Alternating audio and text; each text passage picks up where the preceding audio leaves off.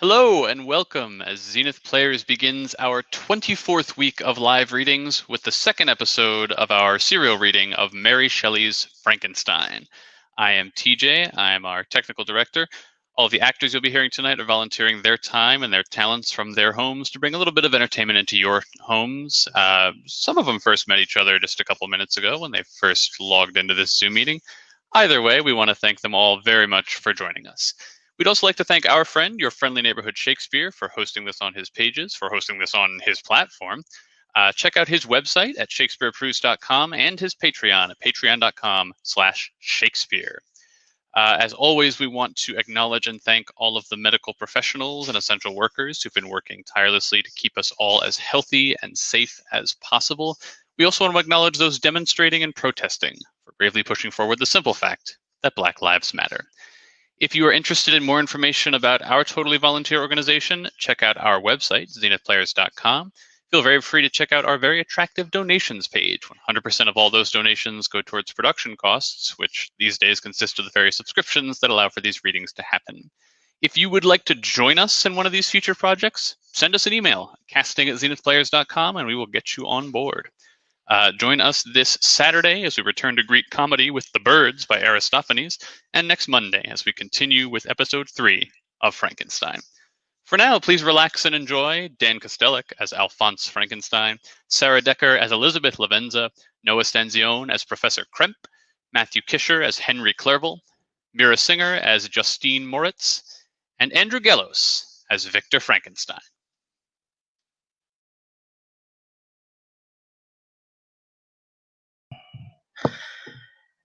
It was on a dreary night in November that I beheld the accomplishment of my toils. With an anxiety that almost amounted to agony, I collected the instruments of life around me, that I might infuse a spark of being into the lifeless thing that lay at my feet. It was already 1 a.m. The rain pattered dismally against the panes, and my candle was nearly burnt out, when, by the glimmer of the half-extinguished light, I saw the dull yellow eye of the creature open. It breathed hard, and a convulsive motion agitated its limbs. How can I describe my emotions at this catastrophe, or how delineate the wretch whom, with such infinite pains and care, I had endeavored to form? His limbs were in proportion, and I had selected his features as beautiful. Great God! His yellow skin scarcely covered the work of muscles and arteries beneath. His hair was of a lustrous black and flowing, his teeth of a pearly whiteness. But these luxuriances only formed a more horrid contrast with his watery eyes, that seemed almost of the same color as the dun white sockets in which they were set. His shriveled complexion had straight black lips. The different accidents of life are not so changeable as the feelings of human nature. I had worked hard for nearly 2 years for the sole purpose of infusing life into an inanimate body. For this I had deprived myself of rest and health. I had desired it with an ardor that far exceeded moderation. But now that I had finished, the beauty of the dream vanished, and breathless horror and disgust filled my heart. Unable to endure the aspect of the being I had created, I rushed out of the room and continued a long time traversing my bedchamber, unable to compose my mind to sleep. At length I threw myself on the bed in my clothes, endeavoring to seek a few moments of forgetfulness. But it was in vain. I slept, indeed, but I was disturbed by the wildest dreams. I thought I saw Elizabeth, in the bloom of health, walking in the streets of Ingolstadt. Delighted and surprised, I embraced her, but as I imprinted the first kiss on her lips, they became livid with the hue of death. Her features appeared to change, and I thought that I beheld the corpse of my dead mother in my arms. A shroud enveloped her form, and I saw the grave worms crawling in the folds of the flannel. I started from my sleep with horror. A cold dew covered my forehead, my teeth chattered, and every limb became convulsed when, by the dim and yellow light of the moon, as it forced its way through the window shutters, I beheld the wretch, the miserable monster whom I had created. He held up the curtain of the bed, and his eyes, if eyes they may be called, were fixed on me. His jaws opened, and he muttered some inarticulate sounds, while a grin wrinkled his cheeks. He might have spoken, but I did not hear. One hand was stretched out, seemingly to detain me, but I escaped and rushed downstairs. I took refuge in the courtyard belonging to the house which I inhabited, where I remained during the rest of the night, walking up and down in the greatest agitation, listening attentively, catching and fearing each sound as if it were to announce the approach of the demoniacal corpse to which I had so miserably given life. Oh, no mortal could support the horror of that countenance. A mummy, again endued with animation, could not be so hideous as that wretch. I had gazed on him while unfinished. He was ugly then, but when those muscles and joints were rendered capable of motion, it became a thing such as even Dante could not have conceived. I passed the night wretchedly. Sometimes my pulse beat so quickly and hardly that I felt the palpitation of every artery. At others, I nearly sank to the ground through languor and extreme weakness. Mingled with this horror, I felt the bitterness of disappointment.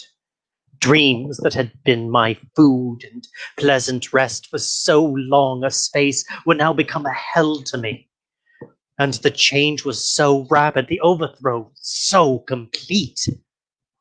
Morning, dismal and wet, at length dawned, and discovered to my sleepless and aching eyes the church of Ingolstadt, its white steeple and clock, which indicated the 6th hour. The porter opened the gates of the court, which had that night been my asylum, and I issued into the streets, pacing them with quick steps, as if I sought to avoid the wretch whom I feared every turning of the street would present to my view. I did not dare return to the apartment which I inhabited, but felt impelled to hurry on, although drenched by the rain which poured from a black and comfortless sky. I continued walking in this manner for some time, endeavoring by bodily exercise to ease the load that weighed upon my mind. I traversed the streets without any clear conception of where I was or what I was doing. My heart palpitated in the sickness of fear, and I hurried on with irregular steps, not daring to look about me, reminiscent of Coleridge's Ancient Mariner, like one who on a lonely road doth walk in fear and dread, and having once turned round walks on, and turns no more his head, because he knows a frightful fiend doth close behind him dread. Continuing thus, I came at length opposite to the inn at which carriages usually stopped. Here I paused, I knew not why, but I remained some minutes with my eyes fixed on a coach that was coming towards me from the other end of the street.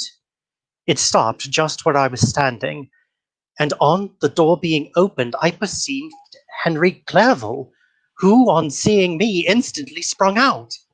My dear Frankenstein, how glad I am to see you. How fortunate that you should be here at the very moment of my enlightening. Nothing could equal my delight on seeing Clerval. His presence brought back to my thoughts my father, Elizabeth, and all those scenes of home so dear to my recollection. I grasped his hand and in a moment forgot my horror and misfortune. I felt suddenly, and for the first time during many months, calm and serene joy. I welcomed my friend, therefore, in the most cordial manner, and we walked toward my college. You may easily believe how great was the difficulty to persuade my father. Not all necessary knowledge was compromised in the noble art of bookkeeping. But his affection of me at length overcame his dislike of learning, and he has permitted me to undertake a voyage of discovery to the land of knowledge. It gives me the greatest delight to see you. But tell me how you left my father, brothers, and Elizabeth. Oh, very well, and very happy. Only a little uneasy that they hear from you so seldom. By the by, I mean to lecture you a little bit upon their account myself. But, my dear Frankenstein, I did not before remark how very ill you appear. So thin and pale. You look as if you had been watching for several nights. You have guessed right. I have lately been so deeply engaged in one occupation that I have not allowed myself sufficient rest, as you see. But I sincerely hope, that all these employments are now at an end, and that I am at length free. I trembled excessively. I could not endure to think of, and far less allude to, the occurrences of the previous night. I walked with a quickened pace, and we soon arrived at my college. I then reflected, and the thought made me shiver, that the creature whom I had left in my apartment might still be there, alive and walking about. I dreaded to behold this monster, but I feared still more that Henry should see him. Entreating him, therefore, to remain a few minutes at the bottom of the stairs, I darted up toward my room. My hand was already on the lock of the door before I recollected myself. I then paused, and a cold shivering came over me. I threw the door forcefully open, as children are accustomed to do when they expect a spectre to be standing and waiting for them on the other side. But nothing appeared. I stepped fearfully in. The apartment was empty, and my bedroom was also freed from its hideous guest. I could hardly believe that so good a great fortune could have befallen me. But when I became assured that my enemy had indeed fled, I clapped my hands for joy and ran down to Clerval. We ascended into my room, and the servant presently brought breakfast, but I was unable to contain myself. It was not joy only that possessed me. I felt my flesh tingle with excessive sensitiveness, and my pulse beat rapidly. I was unable to remain for a single instant in the same place. I jumped over chairs, clapped my hands, and laughed aloud. Clerval at first attributed my unusual spirits to joy on his arrival, but when he observed me more attentively, he saw a wildness in my eyes for which he could not account, and my loud, unrestrained, heartless laughter frightened and astonished him. My dear Victor, what for God's sake is the matter? Do not laugh in that manner. How ill are you? What is the cause of all this? Do not ask me. He can tell. Oh, save me, save me. I imagined that the monster had seized me. I struggled furiously and fell down in a fit. Oh, poor Clerval. What must have been his feelings? A matter which he anticipated with such joy so strangely turned to bitterness. But I was not in the witness of his grief, for I was lifeless and did not recover my senses for a long, long time. This was the commencement of a nervous fever which confined me for several months. During all that time, Henry was my only nurse. I afterwards learned that, knowing my father's advanced age and unfitness for so long a journey, and how wretched my sickness would make Elizabeth, he spared them this grief by concealing the extent of my disorder. He knew that I could not have a more kind and attentive nurse than himself, and firm in the hope he felt of my recovery, he did not doubt that instead of doing harm, he performed the kindest action that he could towards them. But I was in reality very ill, and surely nothing but the unbounded and unremitting attentions of my friend could have restored me to life. The form of the monster on whom I had bestowed existence was forever behind my eyes, and I raved incessantly concerning him. Doubtless my words surprised Henry. He at first believed them to be the wanderings of my disturbed imagination, but the pertinacity with which it continually recurred to the same subject persuaded him that my disorder indeed owed its origin to some uncommon and terrible event. By very slow degrees, and with frequent relapses that alarmed and grieved my friend, I recovered. Dearest Clerval, how kind, how very good you are to me.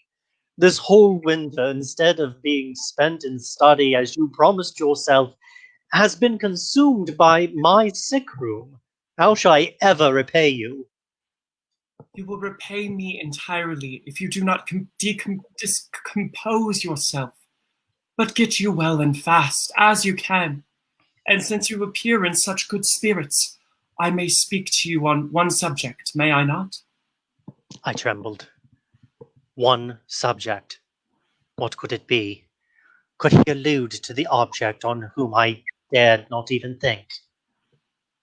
Compose yourself. I will not mention it if it agitates you, but your father and cousin would be very happy if they received a letter from you in your own handwriting. They hardly know how ill you have been and are uneasy at your long silence. Is that all, my dear Henry? How could you suppose that my first thought would not fly towards those dear, dear friends whom I love and who are so deserving of my love? If this is your present temper, my friend, you will perhaps be glad to see a letter that has been lying here some days for you. It is from your cousin, I believe. Clerval then put the following letter into my hand. It was from my own Elizabeth. My dearest cousin, you have been ill, very ill, and even the constant letters of dear, kind Henry are not sufficient to reassure me on your account. You are forbidden to write, so hold a pen. Yet one word from you, dear Victor, is necessary to calm our apprehensions. For a long time, I have thought that each post would bring this line, and my persuasions have restrained my uncle from undertaking a journey to Ingolstadt. I have prevented his encountering the inconveniences and perhaps dangers of so long a journey. Yet how often have I regretted not being able to perform it myself? I figure to myself that the task of attending on your sickbed has devolved on some mercenary old nurse who could never guess your wishes nor minister to them with the care or affection of your poor cousin. Yet that is over now. Clerval writes that indeed you are getting better. I eagerly hope that you confirm this intelligence soon in your own handwriting. Get well and return to us. You will find a happy, cheerful home and friends who love you dearly. Your father's health is vigorous, and he asked but to see you. But to be assured that you are well, and not a care will ever cloud his benevolent countenance. How pleased you would be to remark the improvement of our Ernest. He is now 16 and full of activity and spirits. Little alteration has taken place since you left us. The blue lake and snow-clad mountains, they never change. And I think our placid home and our contented hearts are regulated by the same immutable laws.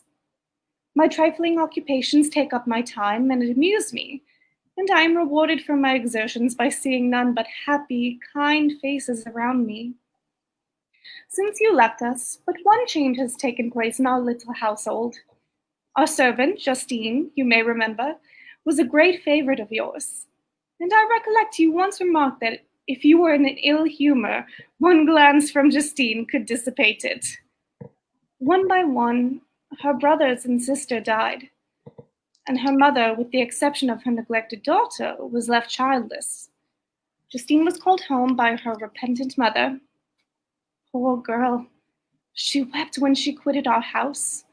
She was much altered since the death of my aunt. Grief had given softness and a winning mildness to her manners, which had before been remarkable for vivacity. Nor was her residence at her mother's house of a nature to restore her gaiety. poor woman was very vacillating in her repentance.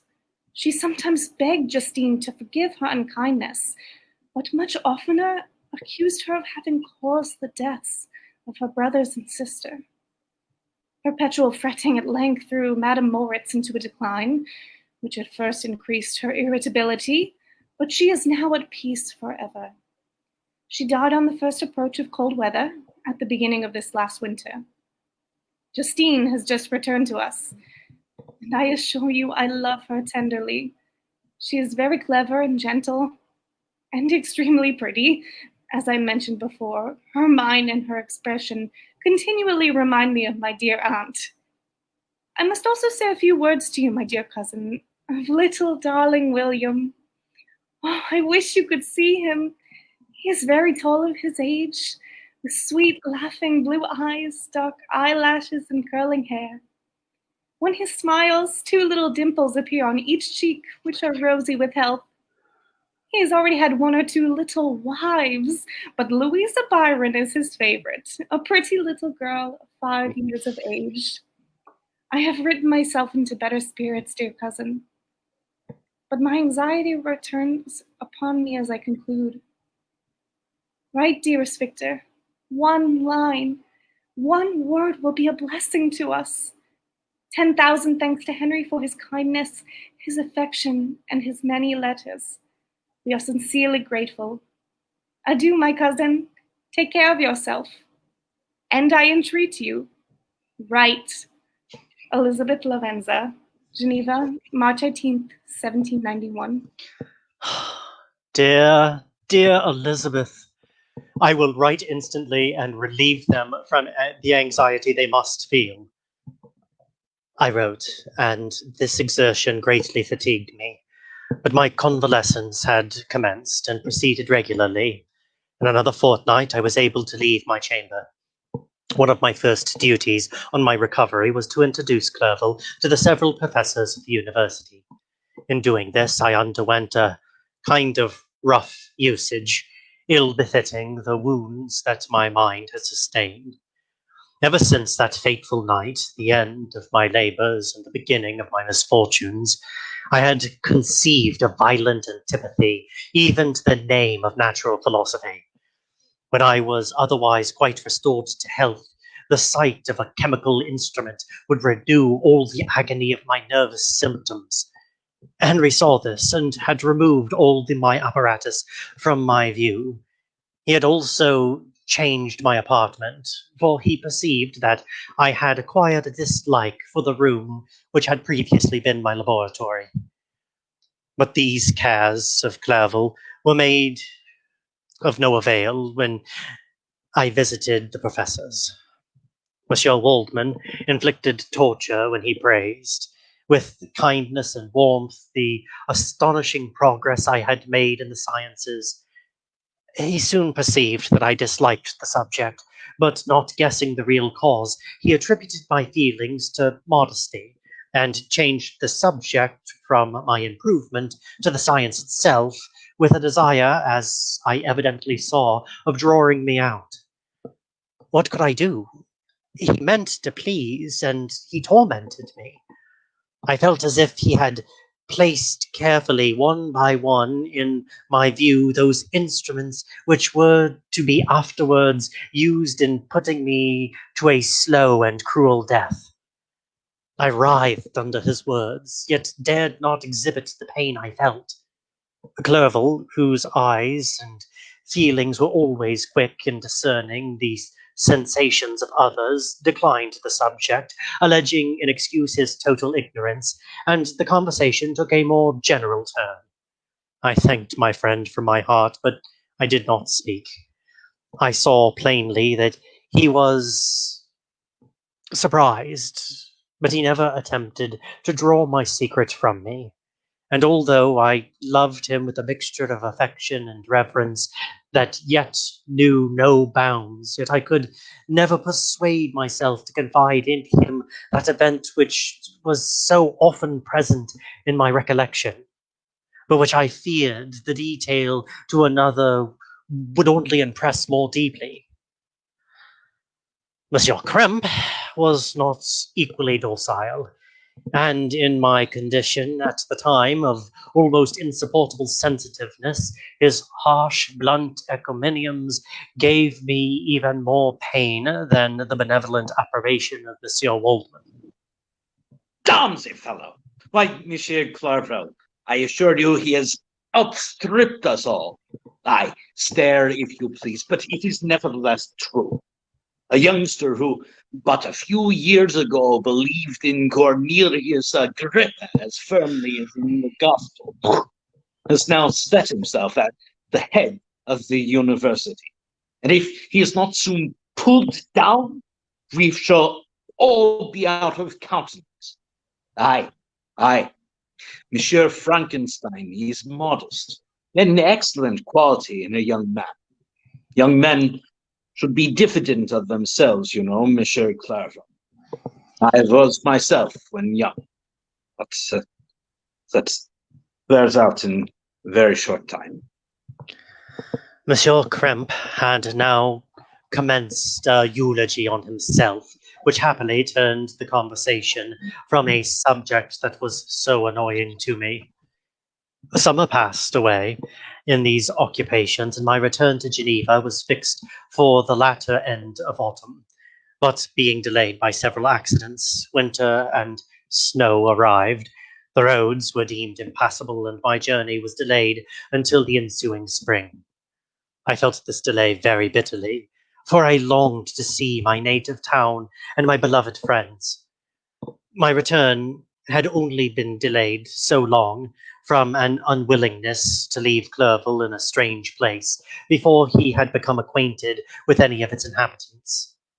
The winter, however, was spent cheerfully, and although the spring was uncommonly late, when it came its beauty compensated for its dilatoriness. The month of May had already commenced, and I expected the letter daily which was to fix the date of my departure. When Henry proposed a pedestrian tour in the environs of Ingolstadt, that I might bid a personal farewell to the country I had so long inhabited, I acceded with pleasure to this proposition. I was fond of exercise, and Clerval had always been my favourite companion in the ramble of this nature that I had taken among the scenes of my native country. We passed a fortnight in the perambulations. My health and spirits had long been restored, and they gained additional strength from the salubrious air I breathed. The natural incidents of our progress and the conversation of my friend, I became the same happy creature who, a few years ago, loved and beloved by all, had no sorrow or care. When happy, inanimate nature had the power of bestowing on me the most delightful sensations. A serene sky and verdant fields filled me with ecstasy. The present season was indeed divine. The flowers of spring bloomed in the hedges, and while those of summer were already in bud.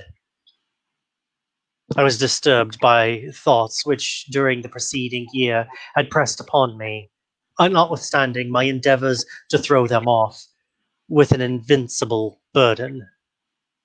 Henry rejoiced in my gaiety and sincerely sympathized in my feelings. He exerted himself to amuse me, while he expressed the sensations that filled his soul. The resources of his mind on this occasion were truly astonishing. His conversation was full of imagination, and very often, in imitation of the Persian and Arabic writers, he invented tales of wonderful fancy and passion. At other times, he repeated my favorite poems, or drew me out into arguments which he supported with great ingenuity. We returned to our college on the Sunday afternoon. The peasants were dancing, and everyone we met appeared gay and happy.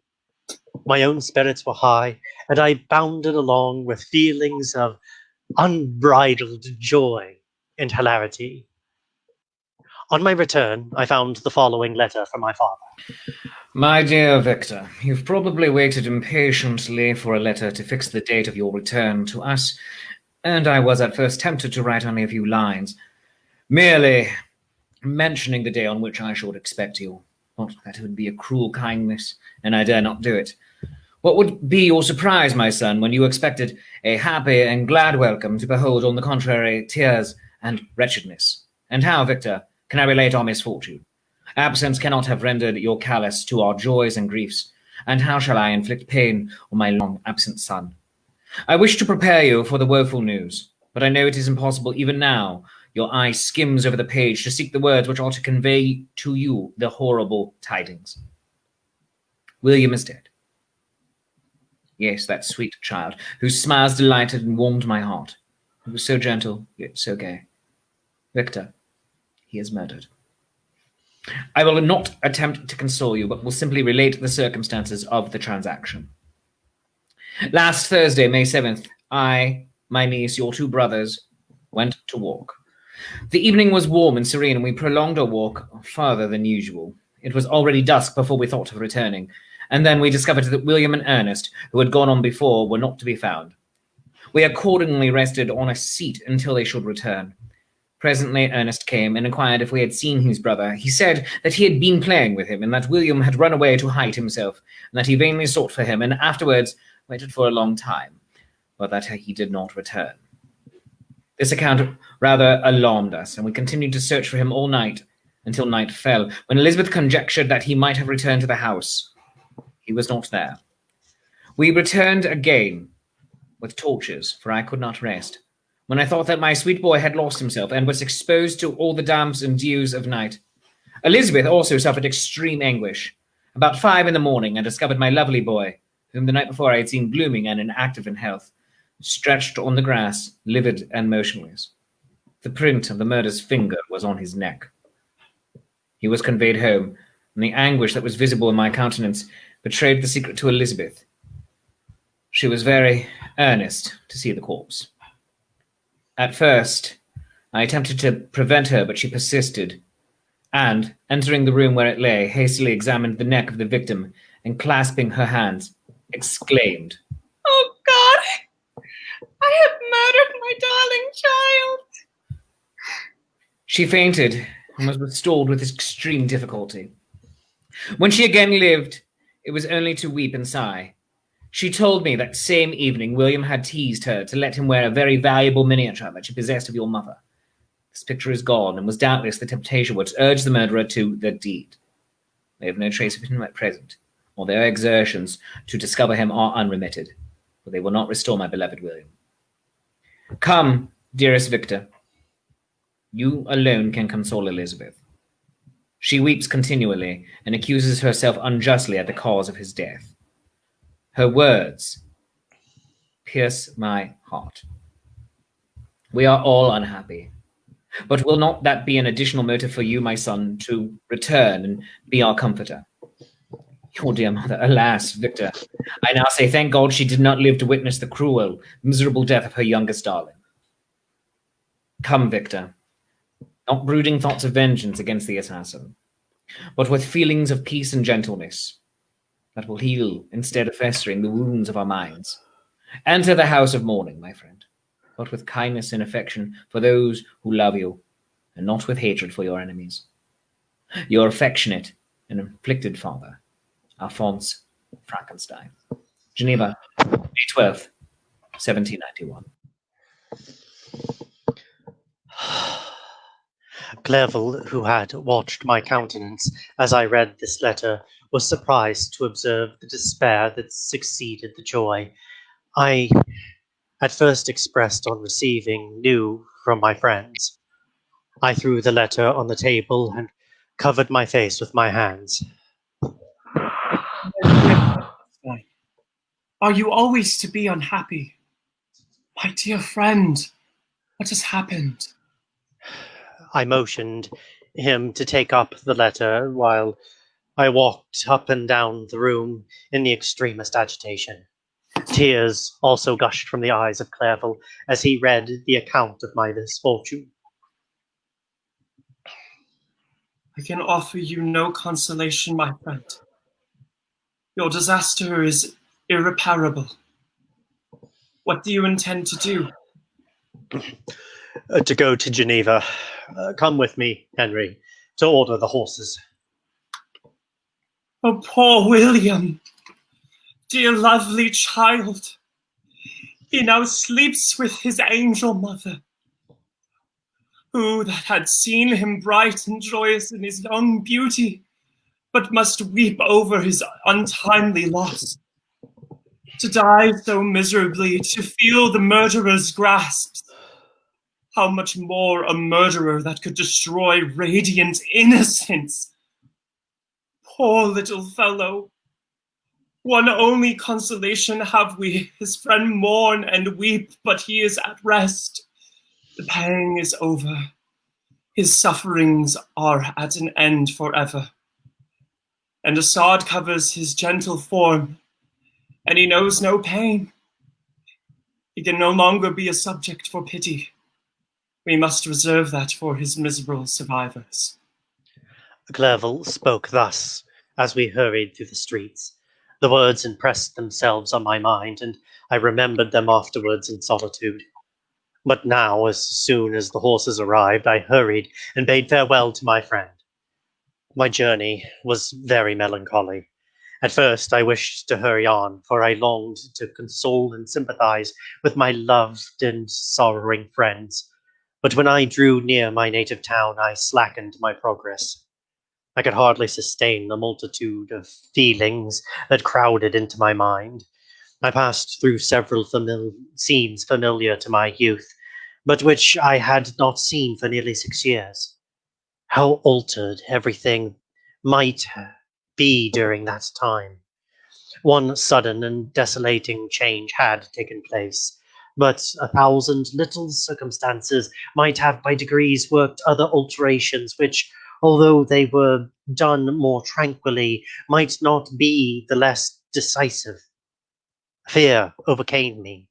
I dared no advance, dreading the 1,000 nameless evils that made me tremble, although I was unable to define them. As I drew nearer home, grief and fear again overcame me. Night also closed around, and when I could hardly see the dark mountains, I felt still more gloomily. The picture appeared a vast and dim scene of evil, and I foresaw obscurely that I was destined to become the most wretched of human beings. Alas! I prophesied truly, and failed only in one single circumstance, that in all the misery I imagined and dreaded, I did not conceive the 100th part of the anguish I was destined to endure. It was completely dark when I arrived at the environs of Geneva. The gates of the town were already shut. I resolved to visit the spot where my poor William had been murdered. As I could not pass through the town, I was obliged to cross the lake in a boat. During this short voyage, I saw the lightning playing on the summit of Mont Blanc in the most beautiful figures. The storm appeared to approach rapidly, and on landing I ascended a low hill that I might observe its progress. It advanced, the heavens were clouded, and I soon felt the rain coming slowly by large drops, but its violence quickly increased. I quitted my seat and walked on, although the darkness and storm increased every minute, and the thunder burst with a terrific crash over my head. Vivid flashes of lightning dazzled my eyes, illuminating the lake, making it appear like a vast sheet of fire. Then, for an instant, everything seemed of a pitchy darkness, until the eye recovered itself from the preceding flash. While I watched the tempest, so beautiful yet terrific, I wandered on with a hasty step. This noble war in the sky elevated my spirits. William, dear angel, this is thy funeral. This is thy dirge. As I said these words, I perceived in the gloom a figure which stole from behind a clump of trees near me. I stood fixed, gazing intently. I could not be mistaken. A flash of lightning illuminated the object and discovered its shape plainly to me. its gigantic stature, and the deformity of its aspect, more hideous than belongs to humanity, instantly informed me that it was the wretch, the filthy demon, whom I had given life. What did he there? Could he be, I shuddered at the conception, the murderer of my brother? No sooner did that idea cross my imagination than I became convinced of its truth. My teeth chattered, and I was forced to lean against a tree for support. The figure passed me quickly, and I lost it in the gloom. Nothing in human shape could have destroyed the fair child. He was the murderer. I could not doubt it. The mere presence of the idea was an irresistible proof of the fact. I thought of pursuing the devil, but I would have been in vain, for another flash discovered him to me hanging among the rocks of the nearly perpendicular ascent of a nearby mountain. He soon reached the summit and disappeared. I remained motionless. The thunder ceased, but the rain still continued, and the scene was enveloped in an impenetrable darkness. I revolved in my mind the events which I had until now sought to forget. The whole train of my progress toward the creation, the appearance of the works of my own hands at my bedside, its departure. 2 years had now nearly elapsed since that night on which he first received life, and was his first crime this? Alas, I had turned loose into the world a depraved wretch whose delight was in carnage and misery. Had he not murdered my brother? No one can conceive the anguish I suffered during the remainder of the night, which I spent cold and wet in the open air. But I did not feel the inconvenience of the weather. My imagination was busy in scenes of evil and despair. I considered the being whom I had cast among mankind and endowed with the will and power to effect purposes of horror, such as the deed which he had now done, nearly in the light of my own vampire, my own spirit let loose from the grave and forced to destroy all that was dear to me. Day dawned, and I directed my steps toward the town. The gates were open, and I hastened to my father's house. My first thought was to discover what I knew of the murderer, and cause instant pursuit to be made. But I paused, and I reflected on the story that I had to tell. A being whom I myself had formed and endued with life had met me at midnight among the precipices of an inaccessible mountain. I remembered also the nervous fever with which I had been seized just at the time that I dated my creation, and which would give an air of delirium to a tale otherwise utterly improbable. I well knew that if any other had communicated such a relation to me, I should have looked upon it as the ravings of insanity. Besides, the strange nature of the animal would elude all pursuit, even if I were so far credited as to persuade my relatives to commence it. And then, of what use would be pursuit? Who could arrest a creature capable of scaling the overhanging sides of a mountain? These reflections determined me, and I resolved to remain silent. It was about 5 in the morning when I entered my father's house. I told his servants not to disturb the family, and went into the library to attend their usual hour of rising. I gazed on the picture of my mother, which stood over the mantelpiece.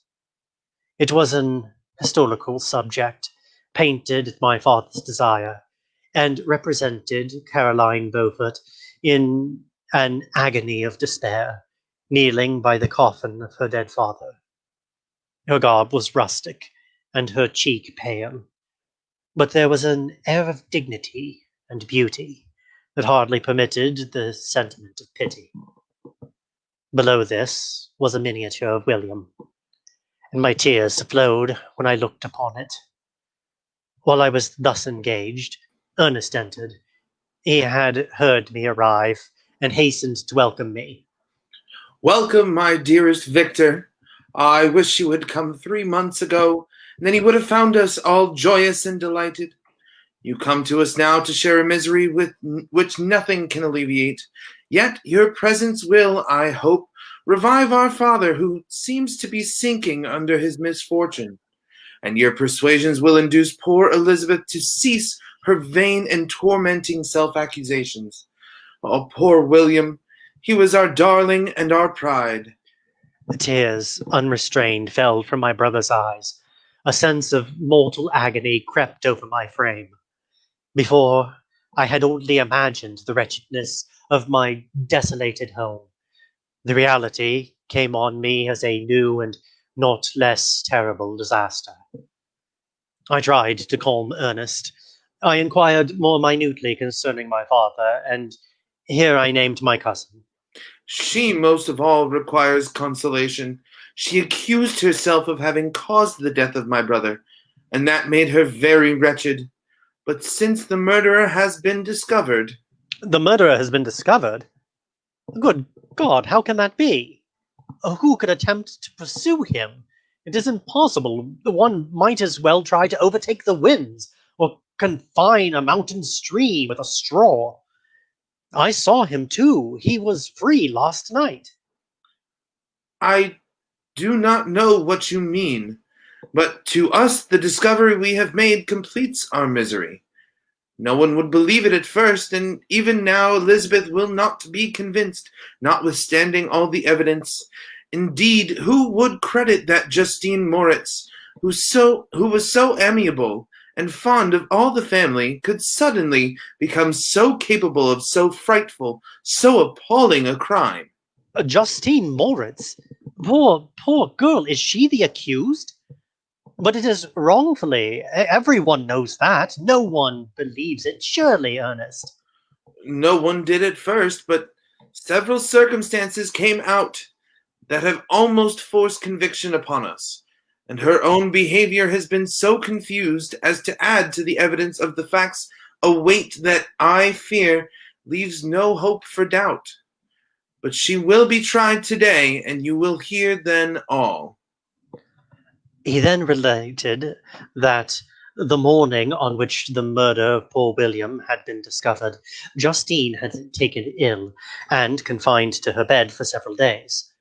During this interval, one of the servants, happening to examine the apparel she had worn on the night of the murder, had discovered in her pocket the picture of my mother, which had been judged to be the temptation of the murderer. The servant instantly showed it to one of the others, who, without saying a word to any of the family, went to a magistrate, and upon their deposition, Justine was apprehended. On being charged with the fact, the poor girl confirmed the suspicion in a great measure by her extreme confusion of the manner. You are all mistaken. I know the murderer. Justine, poor, good Justine, is innocent. At that instant, my father entered. I saw unhappiness deeply impressed on his countenance, but he endeavored to welcome me cheerfully, and after we had exchanged our mournful greeting, would have introduced some other topic than that of our disaster had not Ernest exclaimed, Good God, Papa! Victor says he knows who the murderer was of poor William. We do also, unfortunately, for indeed I would rather have been forever ignorant than have discovered so much depravity and ingratitude in one I valued so highly. My dear father, you are mistaken. Justine is innocent.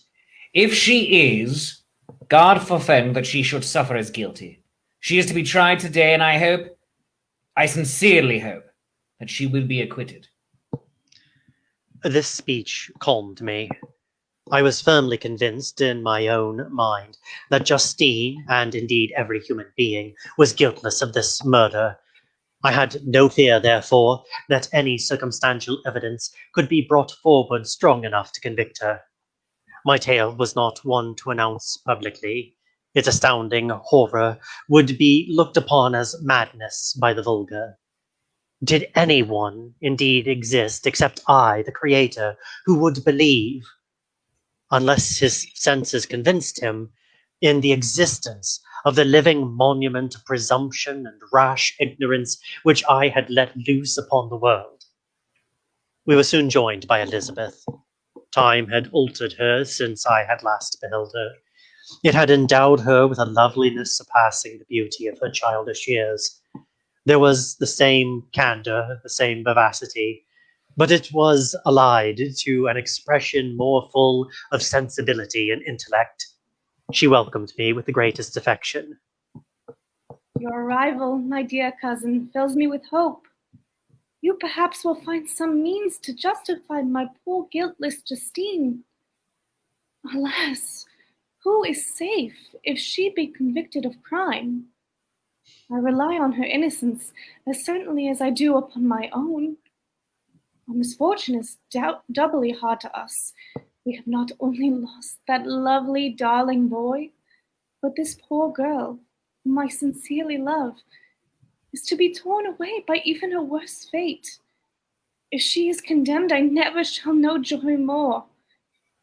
But she will not. I am sure she will not. And then I shall be happy again, even after the sad death of my little William. She is innocent, my Elizabeth, and that shall be proved. Fear nothing, but let your spirits be cheered by the assurance of her acquittal.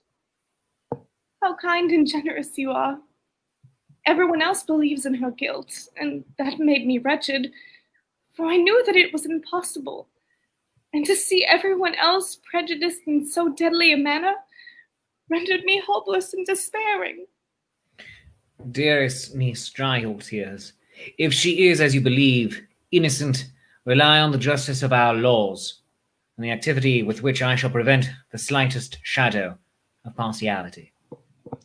We passed a sad few hours until 11 o'clock, when the trial was to commence. My father and the rest of the family being obliged to attend as witnesses, I accompanied them to the court. During the whole of this wretched mockery of justice, I suffered living torture. It was to be decided whether the result of my curiosity and lawless devices would cause the death of two of my fellow beings. One, a smiling babe full of innocence and joy, the other far more dreadfully murdered, with every aggravation of infamy that could make the murder memorable in horror. Justine also was a girl of merit and possessed qualities which promised to render her life happy, now all was to be obliterated in an ignominious grave, and I the cause. 1,000 times rather would I have confessed myself guilty of the crime ascribed to Justine, but I was absent when it was committed, and such a declaration would have been considered the ravings of a madman, and would not have exculpated her who suffered through me. The appearance of Justine was calm. She was dressed in mourning, yet she appeared confident in innocence, and did not tremble, although gazed on by thousands, for all the kindness which her beauty might otherwise have excited was obliterated in the minds of the spectators by the imagination of the enormity she was supposed to have committed. She was tranquil. When she entered the court, she threw her eyes round it, and quickly discovered where we were seated. A tear seemed to dim her eye when she saw us, but she quickly recovered herself, and a look of sorrowful affection seemed to attest to her utter guiltlessness. The trial began, and after the advocate against her had stated the charges, several witnesses were called. Several strange facts combined against her, which might have staggered anyone who had not such proof of her innocence as I had. She had been out the whole of the night on which the murder had been committed, and toward morning had been perceived by a market woman not far from the spot where the body of the murdered child had been afterwards found. The woman asked her what she did there, but she looked very strangely and only returned a confused and unintelligible answer. She returned to the house about 8 o'clock, and when one inquired where she had passed the night, she replied that she had been out looking for the child and demanded earnestly if anything had been heard concerning him.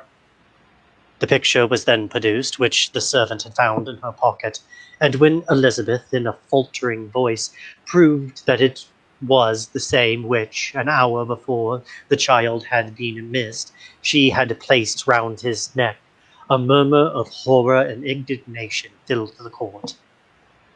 Justine was called on for her defense. As the trial proceeded, her countenance had altered. Surprise, horror, and misery were strongly expressed. Sometimes she struggled with her tears, but when she was desired to plead, she collected her powers and spoke in an audible, although variable voice. God knows how entirely I am innocent, but I do not pretend that my protestations should acquit me. I rest my innocence on a plain and simple explanation of the facts which have been adduced against me, and I hope the character I have always borne will incline my judges to a favorable interpretation where any circumstance appears doubtful or suspicious. She then related that, by the permission of Elizabeth, she had passed the evening on the night in which the murder had been committed at the house of an aunt about a league from Geneva. On her return, at about 9 o'clock, she met a man who asked her if she had seen anything of the child who was lost.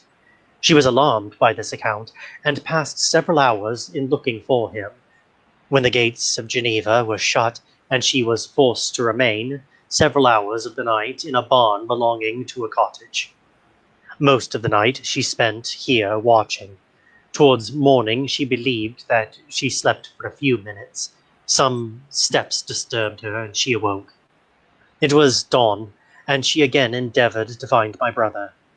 If she had gone near the spot where his body lay, it was without her knowledge. That she had been bewildered when questioned by the market woman was not surprising, since she had passed a sleepless night, and the fate of poor William was yet uncertain. Concerning the picture, she could give no account. I know how heavily and fatally this one circumstance weighs against me, but I have no power of explaining it, and when I have expressed my utter ignorance, I am only left to conjecture concerning the probabilities by which it might have been placed in my pocket. I believe that I have no enemy on earth, and none surely would have been so wicked as to destroy me wantonly. Did the murderer place it there? I know of no opportunity afforded him for so doing. Or if I had, why should he have stolen the jewel to part with it again so soon? I commit my cause to the justice of my judges, yet I see no room for hope. I beg permission to have a few witnesses examined concerning my character, and if their testimony shall not overweigh my supposed guilt, I must be condemned, although I would pledge my salvation on my innocence. Several witnesses were called, who had known her for many years, and they spoke well of her, but fear and hatred of the crime of which they supposed her guilty rendered them timorous and unwilling to come forward.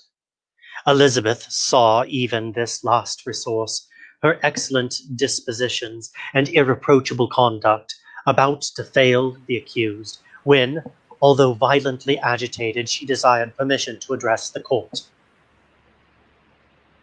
I am the cousin of the unhappy child who was murdered, or rather his sister, who I was educated by and had lived with his parents ever since and even long before his birth. It may therefore be judged indecent in me to come forward on this occasion.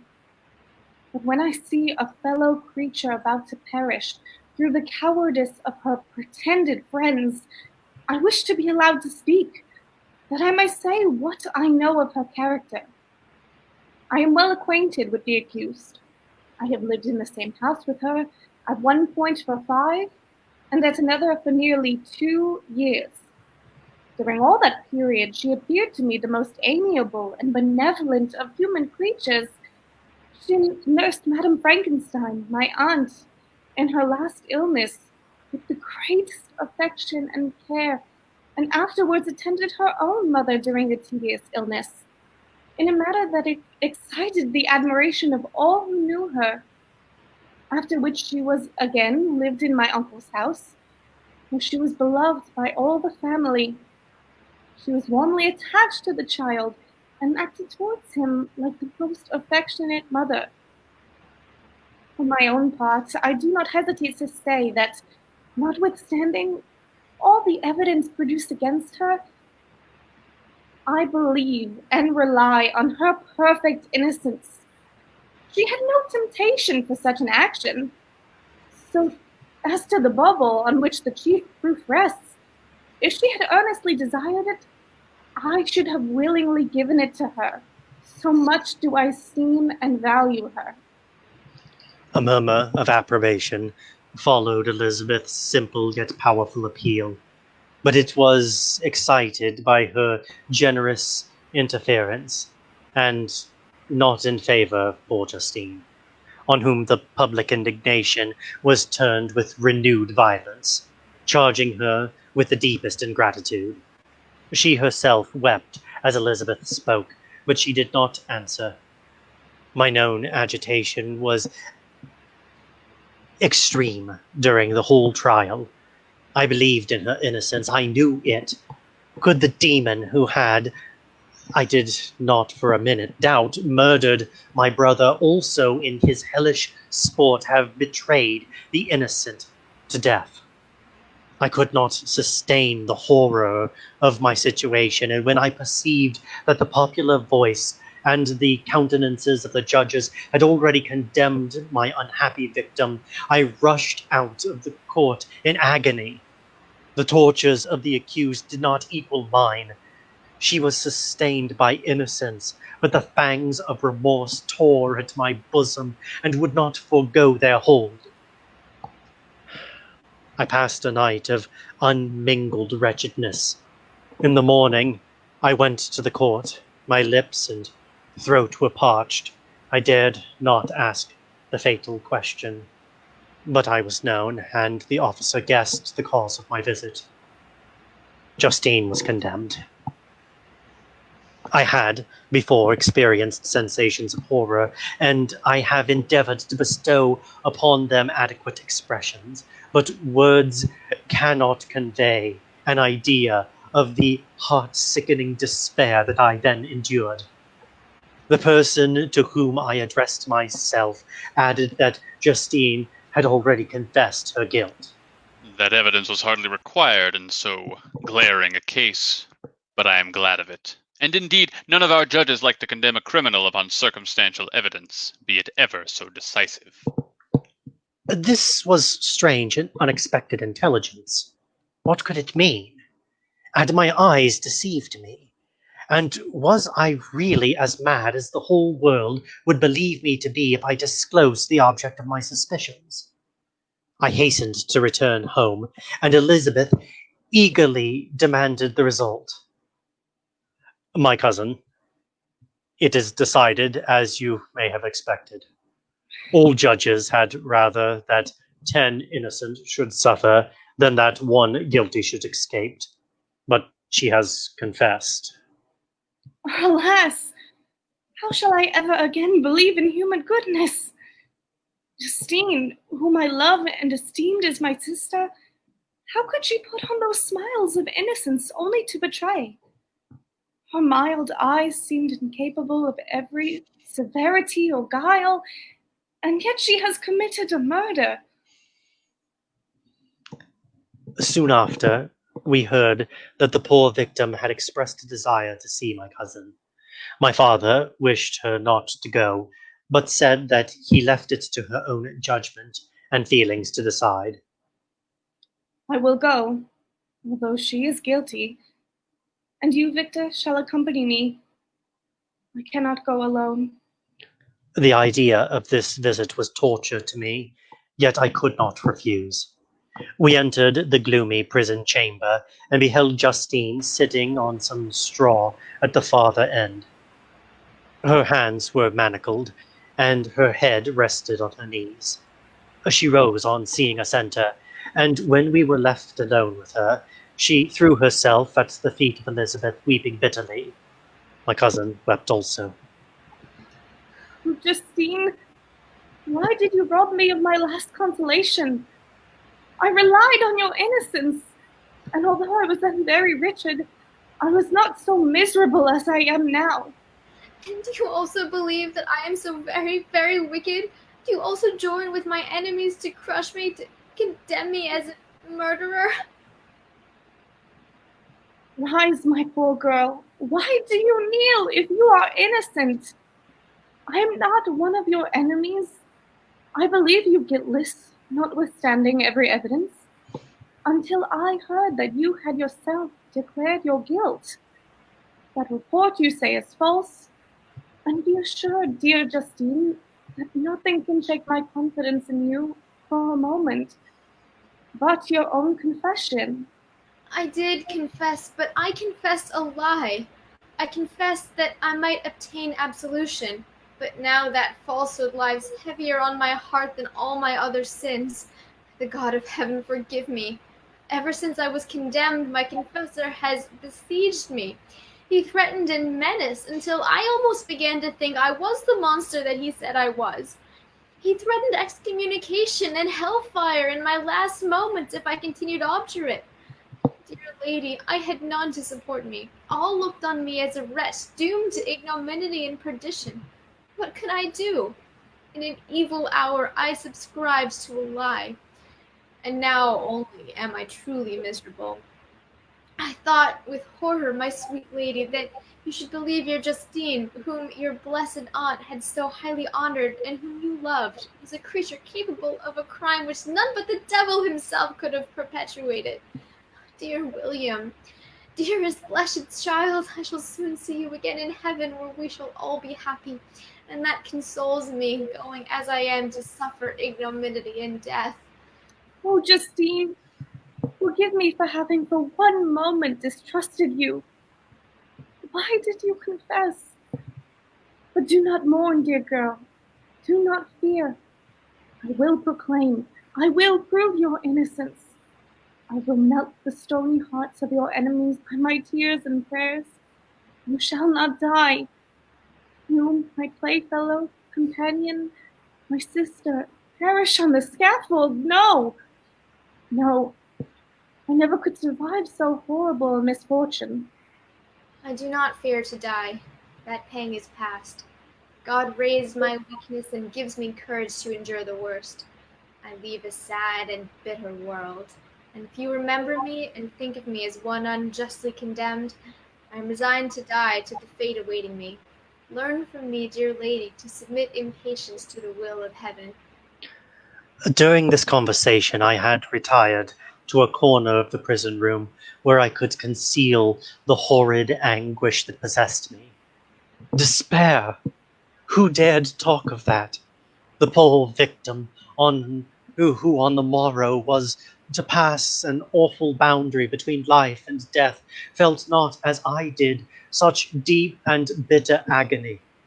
I gnashed my teeth and ground them together, uttering a groan that came from my inmost soul. Justine started. When she saw who it was, she approached me. Dear sir, you are very kind to visit me. You, I hope, do not believe that I am guilty? No, Justine. He is more convinced of your innocence than I was, for even when he heard that you confessed, he did not credit it. I truly thank him. In these last moments, I feel the sincerest gratitude towards those who think of me with kindness. How sweet is the affection of others to such a wretch as I am. It removes more than half my misfortune, and I feel as if I could die in peace now that my innocence is acknowledged by you, dear lady, and your cousin. Thus, the poor sufferer tried to comfort others than herself. She indeed gained the resignation she desired, but I, the true murderer, felt the never-dying worm alive in my bosom, which allowed of no hope or consolation. Elizabeth also wept and was unhappy, but hers also was the misery of innocence, which, like a cloud that passes over the fair moon, for while it hides, but cannot tarnish its brightness. Anguish and despair had penetrated into the core of my heart. I bore a hell within me which nothing could extinguish. We stayed several hours with Justine, and it was with great difficulty that Elizabeth could tear herself away. I wish that I were to die with you. I cannot live in this world of misery. Justine assumed an air of cheerfulness, while she was, with difficulty, repressed her bitter tears. She embraced Elizabeth and said in a voice of half-suppressed emotion, Farewell, sweet lady, dearest Elizabeth, my beloved and only friend. May heaven in its bounty bless and preserve you. May this be the last misfortune that you will ever suffer. Live and be happy, and make others so. and on the morrow Justine died. She was innocent, perished on the scaffold as a murderess. From the tortures of my own heart I turned to contemplate the deep and voiceless grief of my Elizabeth. This also was my doing, and my father's woe and the desolation of that late so smiling home, all was the work of my thrice accursed hands. Yea, weep, unhappy ones, but these are not your last tears. Again shall you raise the funeral wail, and the sound of your lamentations shall again and again be heard. Thus spoke my prophetic soul, as, torn by remorse, horror, and despair, I beheld those I loved spend vain sorrow upon the graves of William and Justine, the first hapless victims to my unhallowed arts. Nothing is more painful to the human mind than, after the feelings have been worked up by a quick succession of events, the dead calmness of an action and certainty which follows and deprives the soul both of hope and fear. Justine died, she rested, and I was alive. The blood flowed freely in my veins, but a weight of despair and remorse pressed on my heart which nothing could remove. Sleep fled from my eyes. I wandered like an evil spirit, for I had committed deeds of mischief beyond description. Horrible and more, much more, I persuaded myself, was yet behind.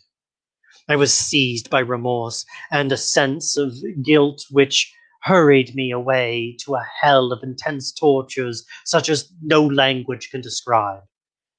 This state of my mind preyed upon my health, which had perhaps never entirely recovered from the first shock it had sustained. I shunned the face of man. All sound of joy or complacency was torture to me. Solitude was my only consolation. Deep, dark, death-like solitude.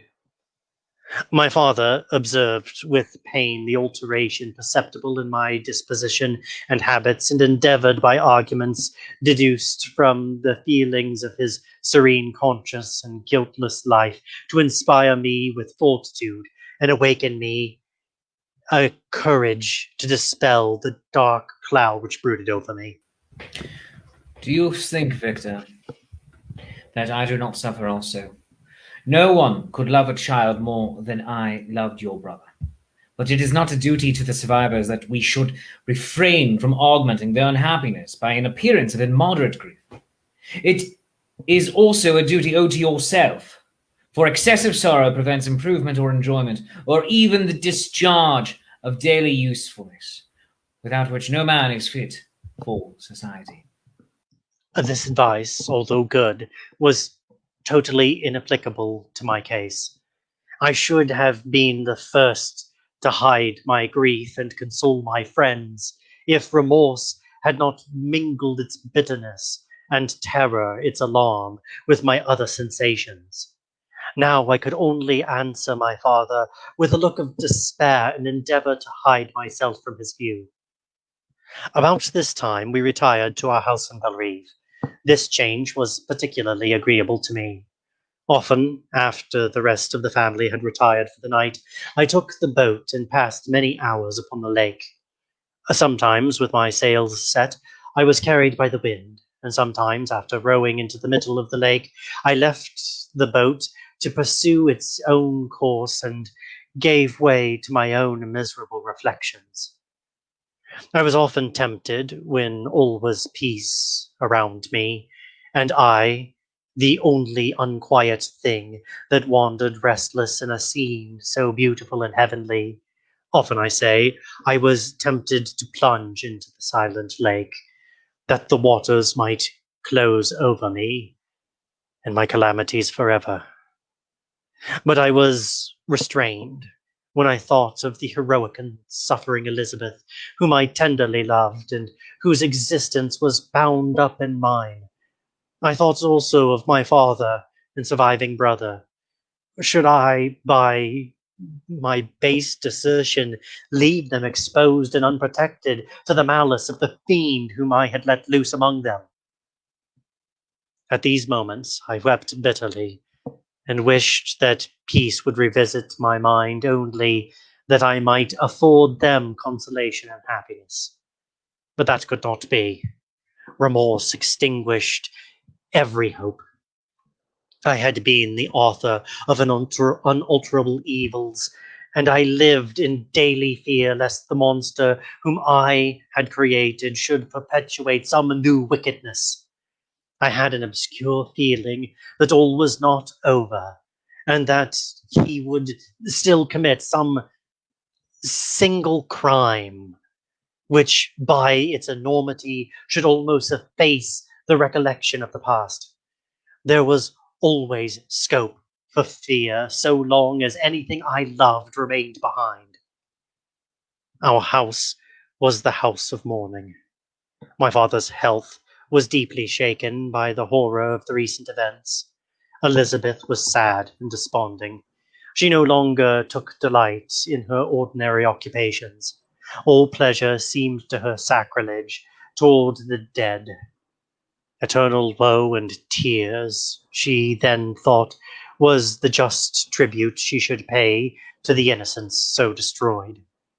She was no longer the happy creature who in earlier youth wandered with me on the banks of the lake and talked with ecstasy of our future prospects.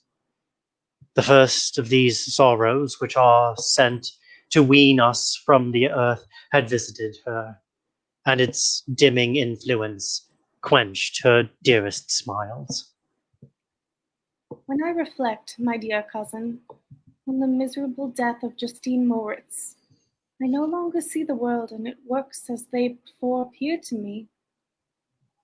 Before, I looked upon the accounts of vice and injustice that I had read in books, or heard from others as tales of ancient days or imaginary evils.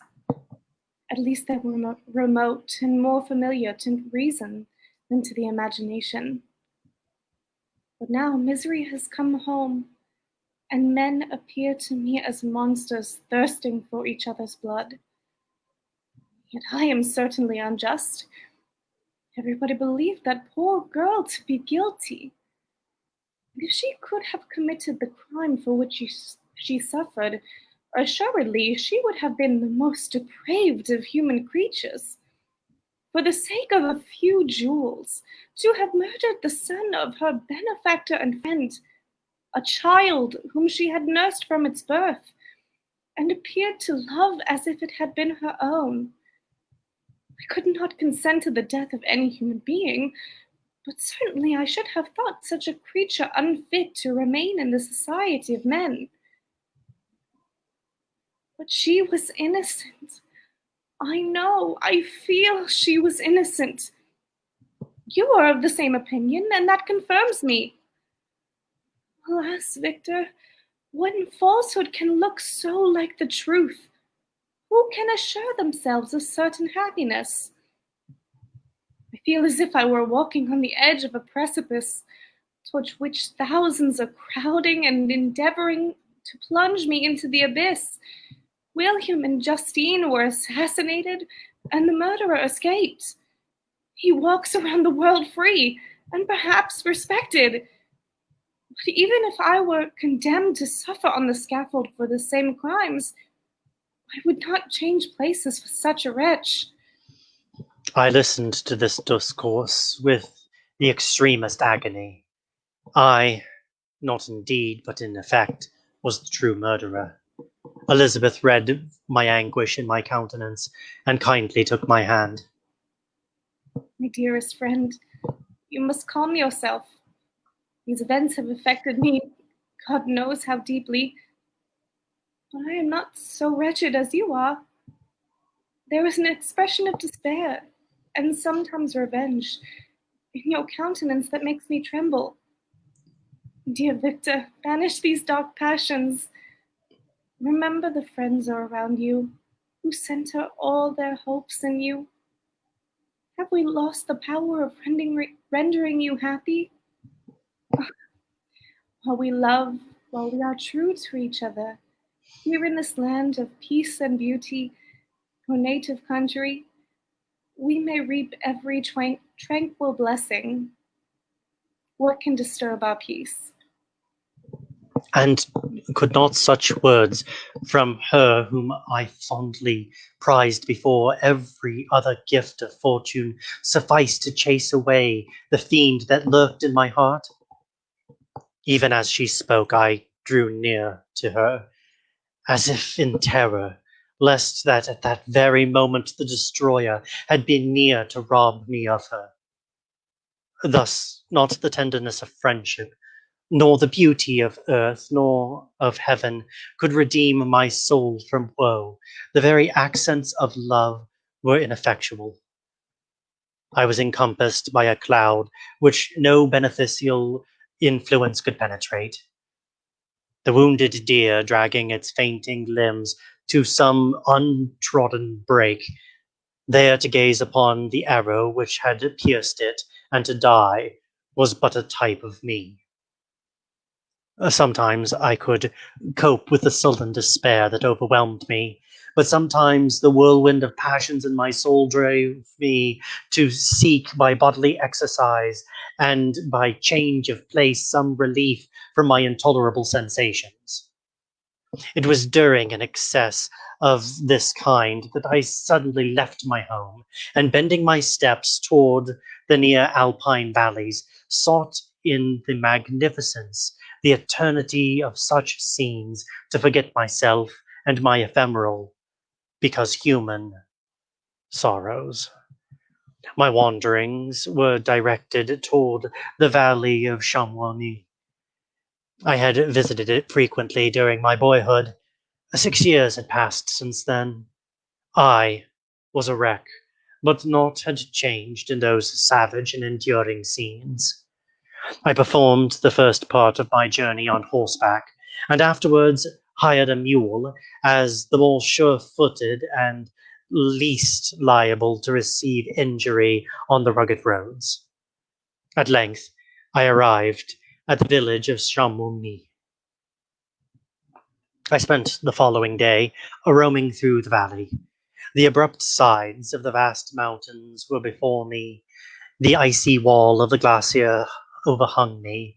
A few shattered pines were scattered around, and the solemn silence of the glorious presence chamber of imperial nature was broken only by the brawling waves or the fall of some vast fragment, the thunder sound of an avalanche, or the cracking reverberated along the mountains of the accumulated ice, which, through the silent working of immutable laws, was ever and anon rent and torn, as if it had been but a plaything in their hands.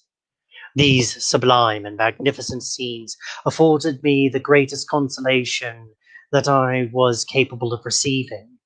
In some degree they diverted my mind from the thoughts over which it had brooded for the last months. I retired to rest at night. My slumbers, as it were, waited on and ministered to by the semblance of grand shapes which I had contemplated during the day. They congregated around me. The unstained snowy mountain top, the glittering pinnacle, the pine woods, and the ragged bare ravine, the eagle soaring amidst the clouds. They all gathered round me and bade me be at peace. Where had they fled when the next morning I awoke? Dark melancholy clouded every thought. The rain was pouring in torrents, and thick mists hid the summits of the mountains, so that I even saw not the faces of those mighty friends. Still, I would penetrate the misty veil and seek them in their cloudy retreats. What were rain and storms to me? My mule was brought to the door, and I resolved to ascend to the summit. I remembered the effect that view of the tremendous and ever-moving glacier had produced on my mind when I first saw it. It had then filled me with the sublime ecstasy that gave wings to the soul and allowed it to soar from the obscure world to light and joy. The sight of the awful and majestic in nature had indeed always the effect on solemnizing my mind and causing me to forget the passing cares of life. I determined to go without a guide, for I was well acquainted with the path, and the presence of another would destroy the solitary grandeur of the scene. The ascent is precipitous, but the path is cut into continual and short windings, which enable you to surmount the perpendicularity of the mountain. It is a scene terrifically desolate. Alas, why does man boast of sensibilities superior to those apparent in the animal? It only renders them more necessary beings. If our impulses were confined to hunger, thirst, and desire, we might be nearly free. But now we are moved by every wind that blows and the chance word or scene that word may convey to us. It was nearly noon when I arrived at the top of the ascent. For some time I sat upon the rock that overlooks the sea of ice. A mist covered both that and the surrounding mountains. Presently, a breeze dissipated the cloud, and I descended upon the glacier. The surface is very uneven, rising like the waves of a troubled sea, descending low and interspersed by rifts that sink deep. The field of ice is almost a league in width, but I spent nearly 2 hours in crossing it. The opposite mountain is a bare perpendicular rock. From the side where I now stood, Montever was exactly opposite, at the distance of a league, and above it, its awful majesty. I remained in a recess of the rock, gazing on this wonderful and stupendous scene. The sea, or rather the vast river of ice, wound among its dependent mountains. Those aerial summits hung over its recesses. Their icy and glittering peaks shone in the sunlight over the clouds. My heart, which was before sorrowful, now swelled with something like joy, and I exclaimed, "Wandering spirits, if ye indeed wander, and do not rest in your narrow beds, allow me this faint happiness, or take me as your companion away from the joys of life."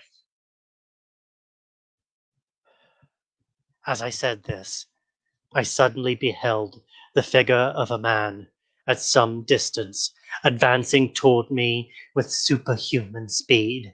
He bounded over the crevices in the ice among which I had walked with caution. His stature also, as he approached, seemed to exceed that of man. I was troubled. A mist came over my eyes, and I felt a faintness seize me. But I was quickly restored by the cold gale of the mountains. I perceived, as the shape came nearer, sight tremendous and abhorred, that it was the wretch whom I had created. I trembled with rage and horror, resolving to wait his approach and then close with him in mortal combat. He approached.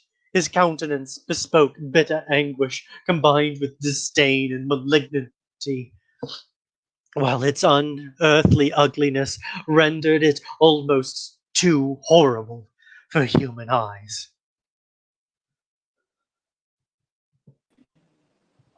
Thank you for joining us for episode 2 of Frankenstein.